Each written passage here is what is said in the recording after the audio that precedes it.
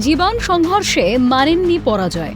যতবার পড়ে গেছেন ততবারই মাথা তুলে উঠে দাঁড়িয়েছেন। গতে বাঁধা জীবন নয় তার, প্রতি মুহূর্তেই করতে হয় লড়াই। তারপরও মুখ থেকে সরেনি হাসি। 12তম আন্তর্জাতিক যোগ দিবস উপলক্ষে আর 5 জনের মতোই রেড রোডে যোগ কার্নিভালে হাজির হন দমদমের উদয় কুমারও। তিনি বিশেষভাবে সক্ষম হয়েও পাড়ি দিয়েছেন পাহাড়ে পর্বতে। এই শারীরিক পরিস্থিতির পরেও ঘুরে দাঁড়িয়েছেন যোগাসন করেই। সিএনএর প্রতিনিধির মুখোমুখি হয়ে উদয় কুমার জানান, প্রতিদিনই নিয়ম করে যোগাসন করেন, কারণ যোগাভ্যাসই ফিরিয়ে দিয়েছে তার মনের জোর। আর তাই রেড রোডের যোগ কার্নিভালে এসে তার উচ্ছ্বাস যেন ফেটে পড়ে। এই যোগ থেকেই সব কিছু পাওয়া, আর যোগের জন্যই মানে আজকে এইখানে আসা। কি প্রতি বছর যোগ করেন?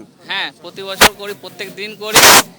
আর মানে যোগের জন্য এত বড় মাউন্টেনিয়ার, এত বড় রানার হতে পেরেছি। বিশেষভাবে সক্ষম উদয় কুমার পর্বতারোহী, ঝুলিতে রয়েছে একাধিক পুরস্কার। এত কিছুর পরেও তিনি থেমে যাওয়ার পাত্র নন।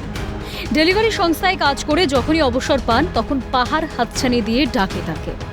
কোনো কিছুর পরোয়া না করেই বেরিয়ে পড়েন বিশেষভাবে সক্ষম পর্বতারোহী উদয় কুমার। তিনি স্কুবা ডাইভিং, স্কাই ডাইভিং পর্যন্ত করেছেন। আমি মাউন্টেনিয়ার অ্যাডভেঞ্চার স্পোর্টসে সব থেকে বড় মানে পুরস্কার প্রাপ্ত, আর রানিং করি, আর ডেলি লাইফে মানে সুইগি জোম্যাটো ফুড ডেলিভারি করি। পর্বতারোহী আমি Mount Kanchenjunga Rhenock 16,500 fit climb করেছি। মাউন্ট কিলিমাঞ্জারো, যে সাউথ আফ্রিকার সব থেকে হাইয়েস্ট পিক, ওইটা ক্লাইম্ব করেছি। স্কাই ডাইভিং, স্কুবা ডাইভিং করেছি। আর ভারতের প্রথম হ্যান্ডিক্যাপ ছেলে যে Tenzing Norgay award, equal Arjun award নিয়েছি।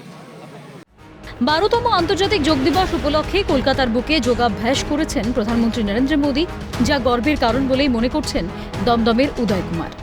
এইবারে আমাদের বাংলার জন্য গর্বের ব্যাপার কি প্রধানমন্ত্রী এসছেন, আর আমরা ইতিহাসের মানে সাক্ষী হলাম কি এত বড় যোগ ডেতে আমরা যোগা করছি এখানে, প্রত্যেকজন গর্বিত।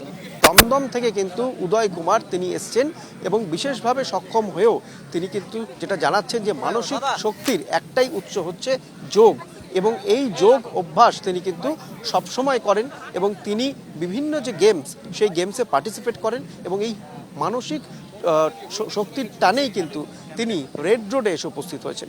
ক্যামেরা সুরজিৎ প্রামাণিকের সঙ্গে শান্তনু ভট্টাচার্য, ক্যালকাটা নিউজ, কলকাতা।